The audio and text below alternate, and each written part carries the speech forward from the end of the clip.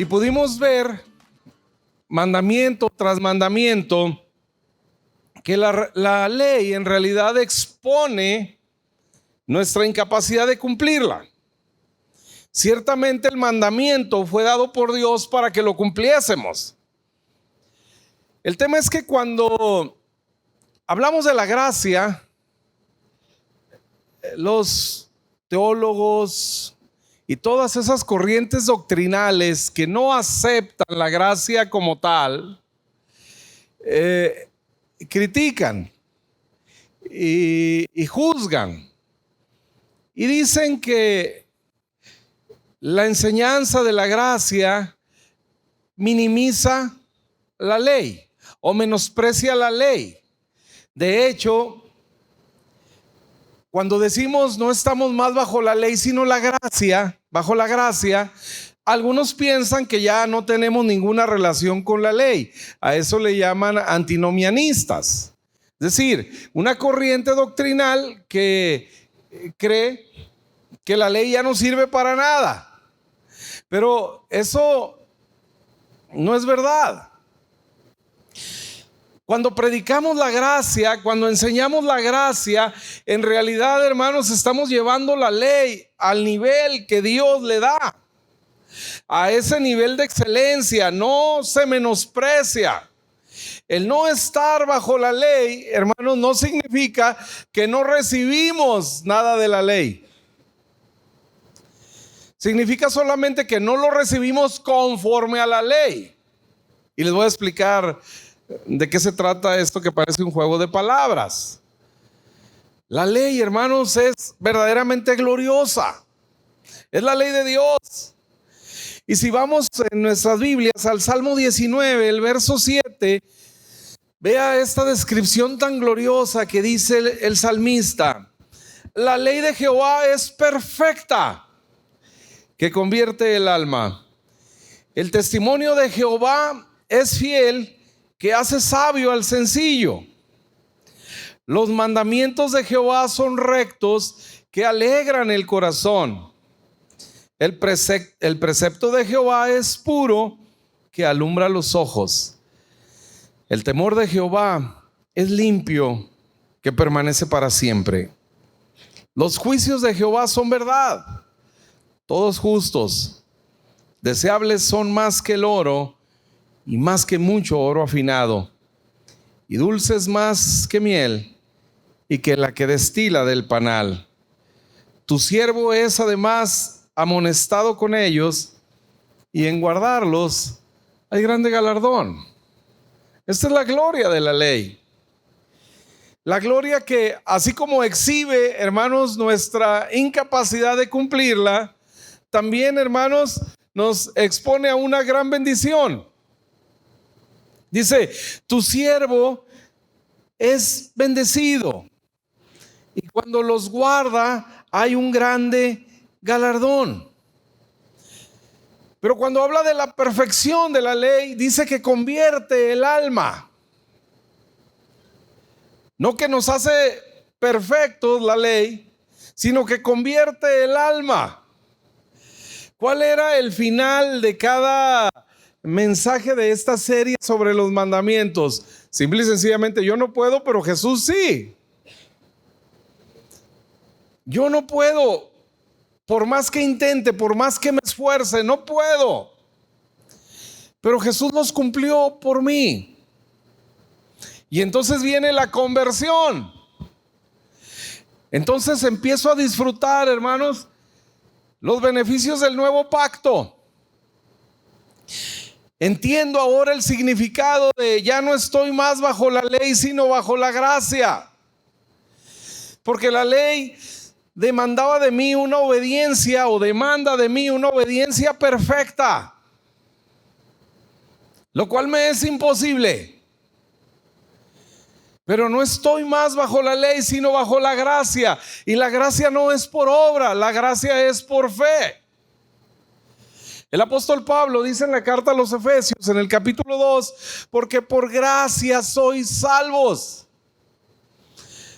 Esta salvación que recibimos del Señor es por gracia, no como recompensa, no como un pago, sino gracia, que significa un favor que no has ganado, favor que no mereces.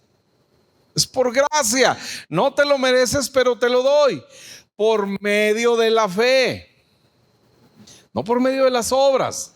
Por eso al principio les decía, estar acá en la iglesia no es una obra, sino un acto de fe, porque todo lo que recibimos, hermanos, de la bendición del Señor es por fe y no por obras, dice, para que nadie se gloríe. No podemos presentarnos delante del Señor diciendo que hemos cumplido perfectamente su mandamiento y que por eso debemos ser bendecidos.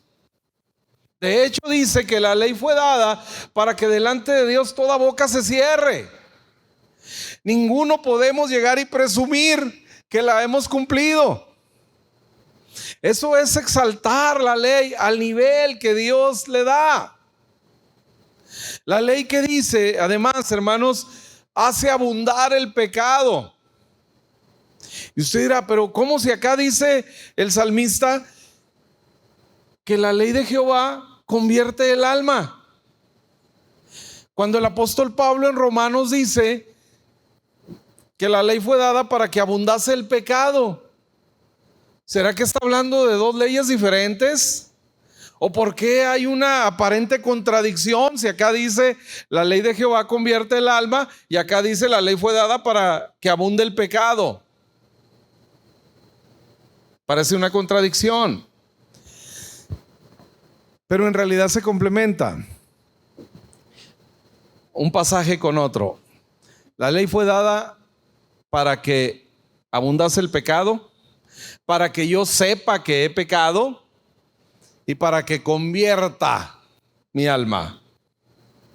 ¿A quién? Al Señor, al Salvador. Dice el propio apóstol Pablo que la ley es nuestro ayo que nos lleva a Cristo. El ayo, hermanos, era una nodriza en los tiempos del apóstol Pablo cuando escribe esta carta. Una nodriza, el primer maestro que un niño tenía. Y dice, la ley es mi ayo que me lleva a Cristo. Porque la ley vuelve a demostrar vez tras vez mi incapacidad. Esa es la gloria de la ley, que no la puedes cumplir. Y entonces convierte el alma volviéndote a Cristo, reconociendo a Jesús como el único y suficiente Salvador. Cristo vino, hermanos, y pagó por nuestros pecados. Cristo vino y tomó tu pecado y mi pecado y lo llevó en sí mismo en la cruz, en el Calvario, y ahí recibió el castigo que tú y yo merecíamos, en esa obediencia pasiva de Jesús a la ley. La obediencia activa es que la cumplió toda. Pero cuando ahora está en la cruz, está obedeciendo al Señor de una manera pasiva, llevando la culpa de todos los que transgredimos la ley. Tú y yo. Él llevó nuestra culpa. Él se declaró culpable por nosotros, tomando tu pecado y mi pecado. Nuestras faltas en contra de la ley, todas ellas, hermanos, Jesús las llevó y cubrió ese pecado. Quitó el pecado. Todo ese pecado que la ley hizo abundar, como dice el apóstol Pablo, yo no conocería el pecado si no hubiese una ley que dijese no codiciarás. No lo conocería. Yo no sabría que la codicia es pecado si no hubiera una ley que diga eso. Fue el último mandamiento que meditábamos la semana pasada y que decimos, la codicia en realidad da pie a romper los demás mandamientos. Es la codicia el origen de nuestro quebranto a la ley. Mas ahora, hermanos, en Cristo, toda esa perfección que la ley demanda es mía por fe. Por la fe en Cristo Jesús, mi Salvador, quien se constituyó mi sustituto delante de Dios. Primero llevando mi culpa y recibiendo el castigo que yo merecía. Pero ahora también, hermanos, siempre que usted se presenta delante del Señor, a quien Dios ve es a Jesús, su Hijo. Porque Él es ahora quien nos representa. Por eso dice Juan en su primera carta: hijitos, estas cosas les escribo para que no pequen. Pero si alguno ha pecado, abogado tenemos para con el Padre, a Jesucristo hombre. A Jesucristo que pagó por el pecado que tú y yo hemos cometido. Así que mientras la ley demanda de nosotros obras, para que nosotros podamos sacarle a la ley los beneficios en el antiguo pacto, eran necesarias las obras. Deuteronomio 28, que hemos meditado desde el mes de enero, ¿se acuerdan? Todas estas bendiciones vendrán sobre ti y te alcanzarán si cumplieres y obedecieres perfectamente todo el precepto que yo te demando hoy. Así que para nosotros sacarle bendiciones a la ley, hermanos, es necesaria nuestra obediencia perfecta. Son necesarias nuestras obras. Sin embargo, en el contexto del nuevo pacto, una vez completa y cumplida la ley de manera perfecta, porque Jesús dice: no pasará ni una jota ni una tilde. Toda la ley quedará completa. Y así quedó por la obra de Jesucristo, quien ha complacido a Dios. 2 veces Dios desde los cielos dijo de manera audible: este es mi Hijo amado en quien tengo complacencia. Este es mi Hijo amado que me complace a mí. Y después el apóstol Pablo también dice que nosotros, en la carta a los Efesios, dice que nosotros hemos sido aceptos en el amado. Ahora nosotros somos bendecidos en el amado, favorecidos en el amado. De hecho, cuando dice ahí el apóstol Pablo que somos aceptos, es exactamente la misma palabra que usa el ángel para decirle a María: muy favorecida. A ese nivel es nuestra bendición. Somos aceptos en el amado, muy favorecidos en el amado. Así que ahora, hermanos, la ley sigue demandando de nosotros fe. Ya no demanda obras, ya no demanda la perfección, porque esa perfección está cumplida en Jesucristo. Ahora, para nosotros recibir los beneficios de la ley, hermanos, entonces solo necesitamos creer en Jesús. Ya no son obras, ahora es fe lo que se demanda de cada uno. Ahora, el hecho de no estar bajo la ley es con relación, hermanos, al pecado y a la condenación, pero no con relación a las bendiciones. Por eso es que todas esas bendiciones de Deuteronomio 28 están confirmadas para nosotros mediante la fe en Cristo, ya no mediante las obras de la ley. Eso era el antiguo pacto. Ahora tú y yo podemos estar convencidos que recibiremos esas bendiciones que dice: estarás siempre arriba y no debajo. Te pondré en las alturas. Bendito serás en tu entrar, en tu salir. Bendita tu canasta y tu arteza de amasar. Bendito el fruto de tu cuerpo. Benditos tus hijos. Benditos todos tus implementos de trabajo. Tus enemigos, cuando vengan contra ti por un camino, por 7 van a huir de delante de ti. Nadie te podrá hacer frente.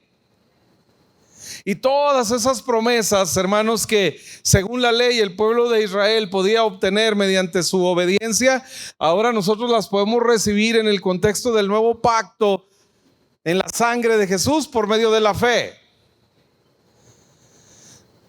Eso es todo. Así que no veamos más los mandamientos como una obra que nos es demandada, sino como un acto de fe.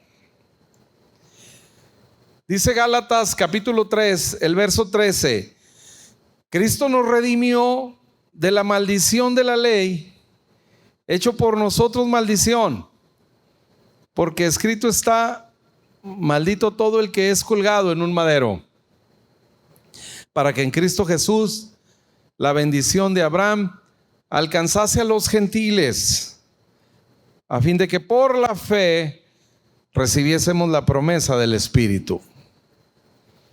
Por la fe. Todas estas promesas las recibimos por la fe. Cristo nos redimió de la maldición de la ley, pero la bendición está intacta.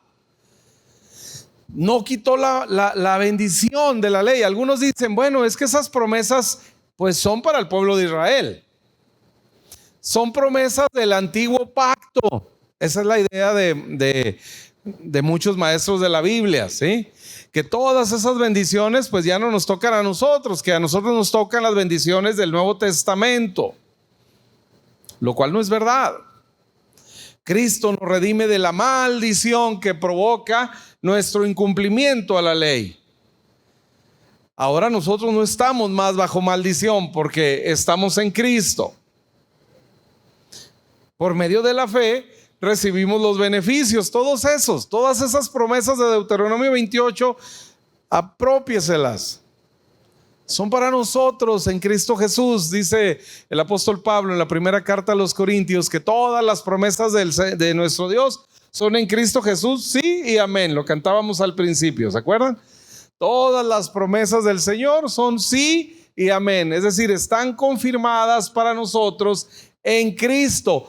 Todas las promesas, las del Antiguo y las del Nuevo. Y a todo eso tenemos acceso usted y yo y nuestras familias en el nombre de Jesús. Lo que nos toca solamente, hermanos, es acceder a ellos como un acto de fe. El apóstol Pablo, cuando habla en la carta a los Efesios, algunas cosas con relación a nuestro comportamiento, ¿sí?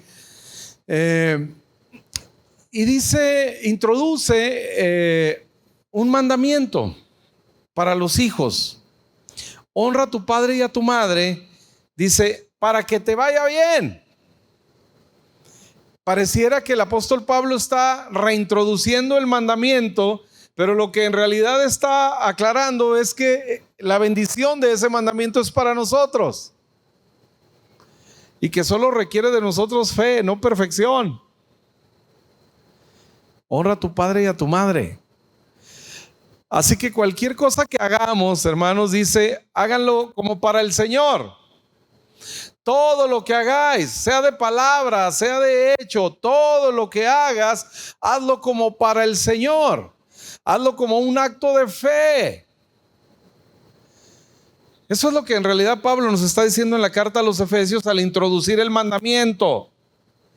Honra a tu padre y a tu madre. Solo la gracia, hermanos, puede transformarnos. La ley nos va a amargar, la ley en realidad nos va a entristecer. En el Evangelio de Lucas, en el capítulo 18, encontramos la historia de un hombre que conocemos como el joven rico. Un hombre a quien le había ido seguramente muy bien en los negocios, debió de haber tenido un buen estilo de vida, y de pronto tiene interés en las cosas espirituales.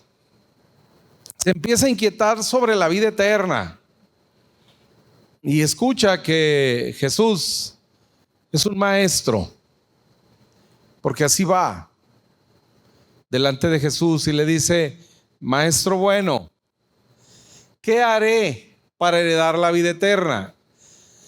Él está pensando en el mismo contexto del antiguo pacto, donde la ley demanda que yo haga algo. Por eso él viene y dice: ¿qué haré? ¿Por qué está buscando esto? Bueno, simple y sencillamente porque todo lo que ha hecho no le ha sido suficiente. Todo lo que ha hecho él en su vida no le da la convicción, la seguridad de la vida eterna. Y entonces viene con Jesús y le hace esta pregunta: ¿qué haré? ¿Cuál es la demanda de Dios para heredar la vida eterna? Y entonces Jesús le responde en el mismo sentido que este muchacho está buscando hacer. Bueno, dice, los mandamientos sabes: honra a tu padre y a tu madre, no dirás falso testimonio y demás. Y le enlista algunos, no le dice los 10. Parece que no se los dice porque este joven lo interrumpe y le dice: hey, si vas con los 10 mandamientos, tranquilo, todo eso lo he guardado desde mi juventud. O sea, le dice, me estás poniendo cosas de niños. Eso cualquiera, desde joven lo he cumplido. Y Jesús, conociendo lo que hay en el corazón de este hombre, le demuestra que ha quebrantado el primer mandamiento y dice: ok, bueno, ve, vende todo lo que tienes, dalo a los pobres y ven y sígueme. Mandamiento. Jesús le dice: una cosa te falta. Ese hueco que tienes todavía, ese vacío que te hace dudar de tu salvación. Y Jesús le dice: ve y vende todo lo que tienes, dalo a los pobres y entonces ven y sígueme. ¿Es que vendiendo todo y dándolo a los pobres tenemos vida eterna? ¿Es lo que Jesús le está diciendo? No, pues sería muy fácil, ¿no? Podemos esperar llegar a la última parte de la vida y simple y sencillamente con una firma ante el notario, cediendo todo a los pobres, pues ya con eso quedaríamos salvos, ¿no?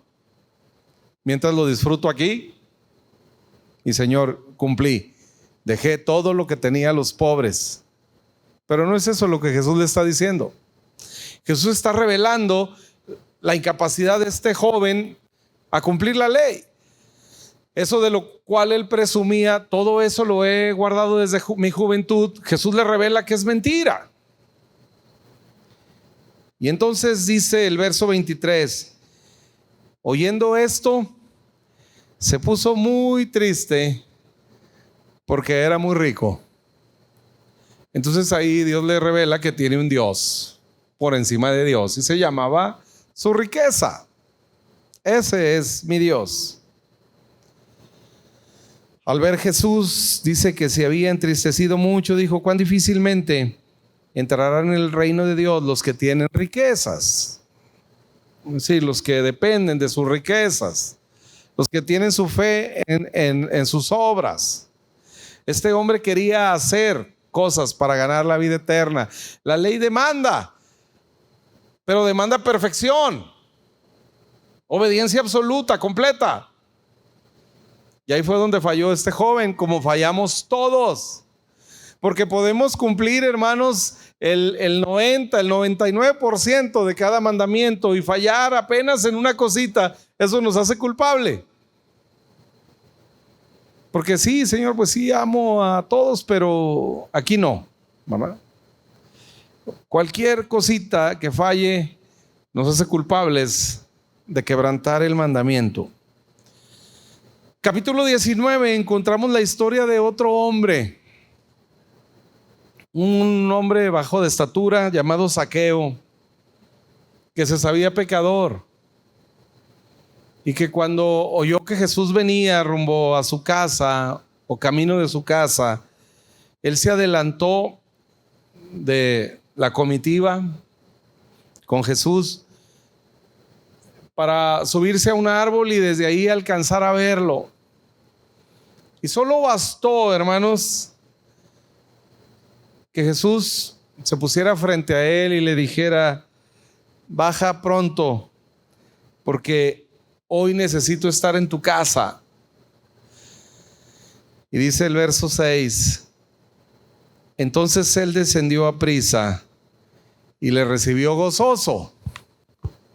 ¿Por qué uno se fue triste en capítulo 18 y por qué este lo recibe gozoso? El joven rico se fue, Zaqueo lo recibe. El joven triste se va, el joven rico se va triste y Zaqueo lo recibe gozoso. ¿Cuál es la diferencia? ¿Qué distingue a estos dos hombres? Están enfrente del mismo Jesús, el mismo Salvador, el mismo que habría de morir en la cruz. Es el mismo. ¿Por qué uno se va triste y el otro se queda gozoso? La respuesta es muy obvia. De hecho, la respuesta nos la dan los que murmuran. En capítulo 19 de Jesús y de Zaqueo dice, verso 7, al ver esto, todos murmuraban diciendo que había entrado a posar con un hombre pecador. Eso es la diferencia. Zaqueo se sabía y se reconocía pecador. El joven rico no. El joven rico buscaba a un maestro bueno. Zaqueo buscaba un salvador.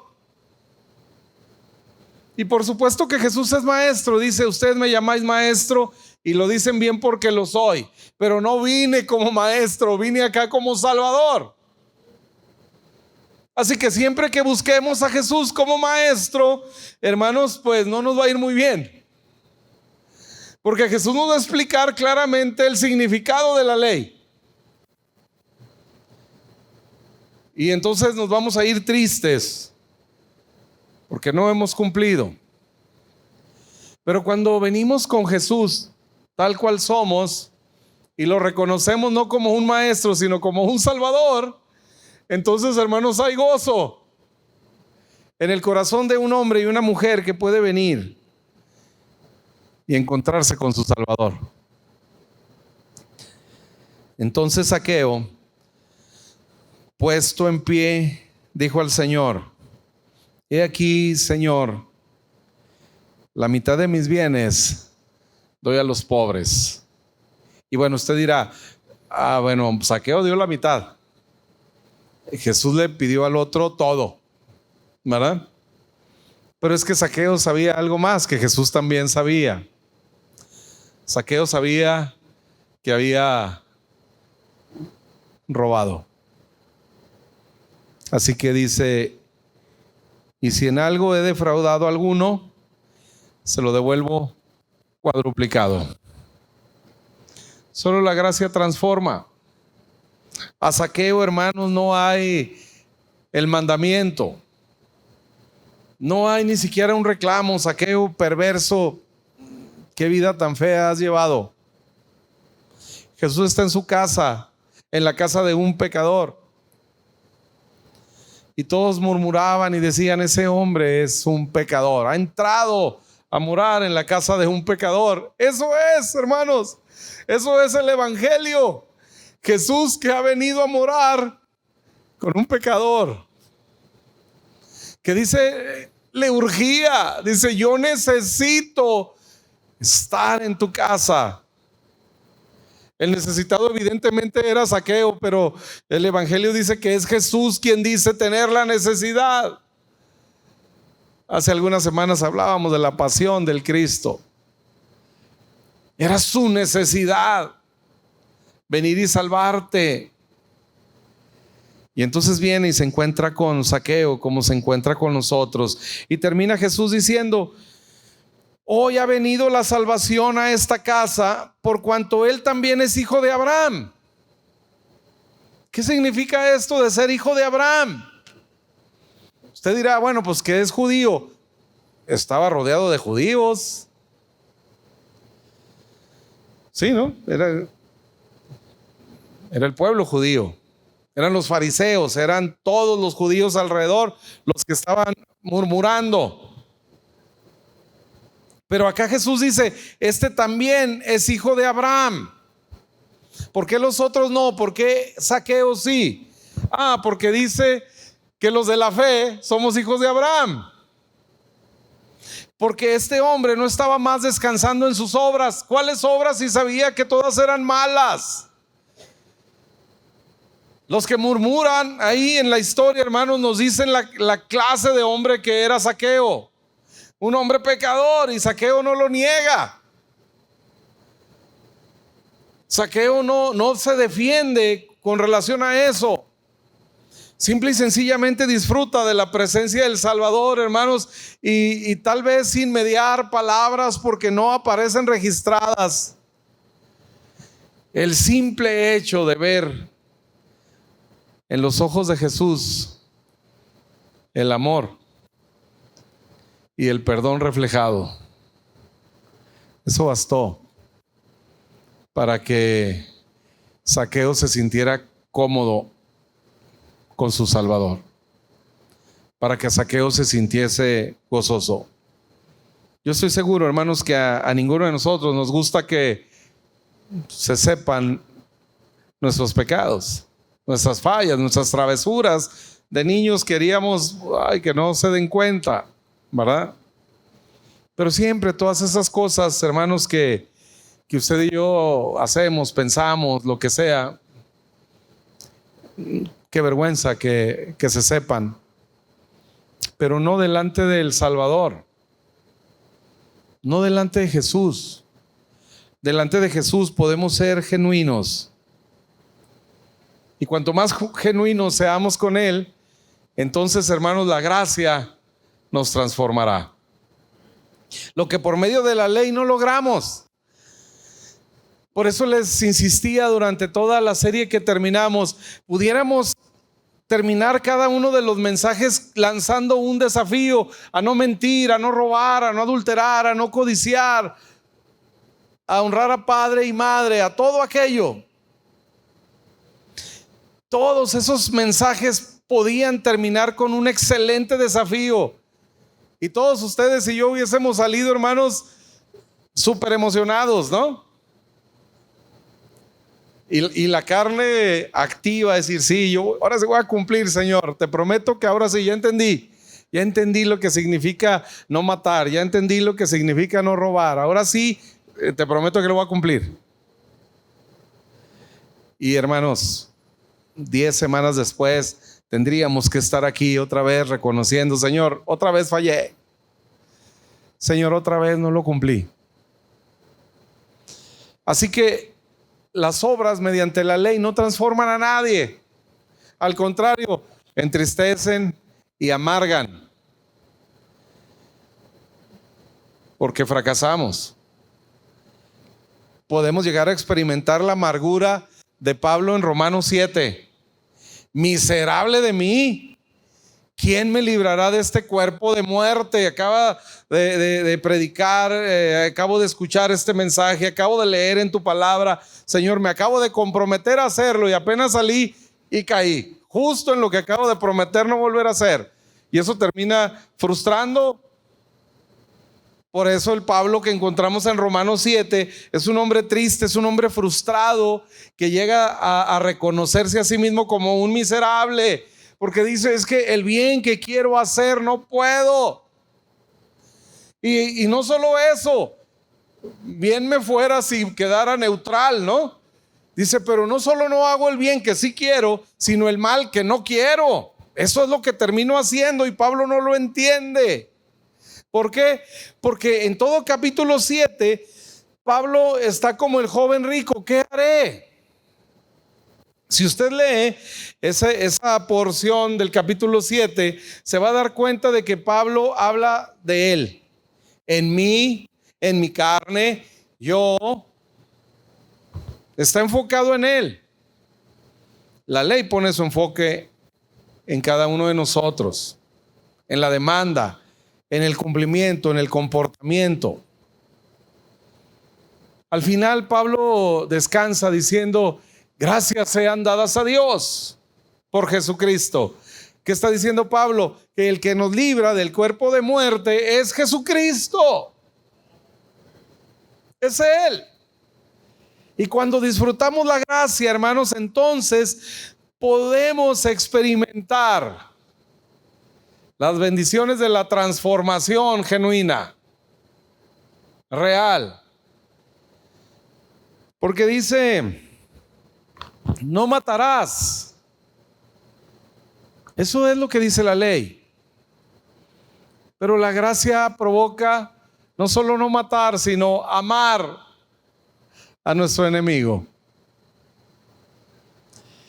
La ley dice, no adulterarás. Y eso, una simple actitud pasiva, nos puede ayudar a cumplirlo. Sin embargo, la gracia dice, ama a tu mujer. Va más allá, no es el simple hecho de no adulterar, sino amar. Y amar significa dar y bendecir. Dice, no robarás. Pero la gracia dice, el que hurtaba, no hurte más, sino trabaje con sus manos para que tenga para compartir. Así que ya no solo no quito, sino ahora doy. Y doy generosamente, como este hombre Zaqueo, que les decía, por eso dio solamente la mitad de sus bienes, ¿no?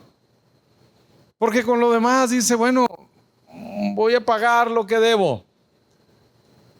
El que hurtaba no hurte más, sino trabaje, gracias, para que tenga y pueda compartir y pueda cooperar y pueda dar generosamente a otros que tienen necesidad. Solo la gracia, hermano, transforma. Es solo la acción de Dios, es solo descansar bajo su presencia. Por eso el apóstol Pedro también nos dice en 2 ocasiones en sus cartas, gracia y paz os sean multiplicadas mediante el conocimiento de nuestro Dios y Salvador Jesucristo. Es solo exponernos a Jesús, a su persona, a su obra. Eso es, hermanos, lo que transforma nuestra vida.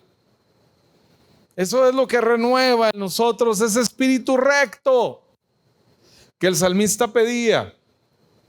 Es solo Jesús.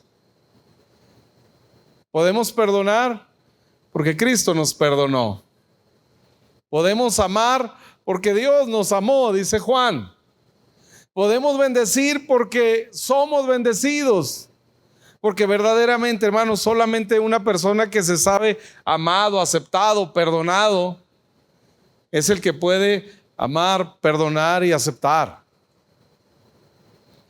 No podemos dar nada que no recibamos.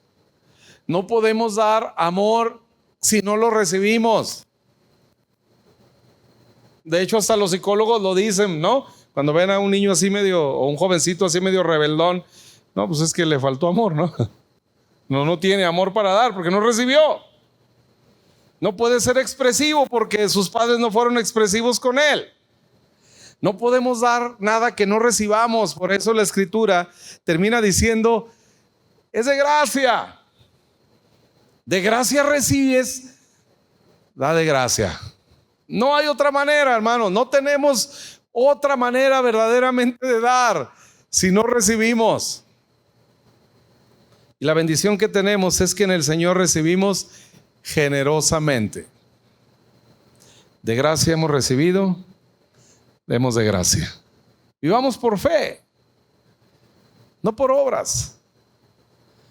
Reconozcamos nuestra incapacidad de cumplir la ley, pero vayamos al Salvador que sí la cumplió. Y recibamos de Él los beneficios de haber cumplido la ley. Cristo nos redimió de la maldición de la ley, pero la bendición la recibimos por medio de la fe.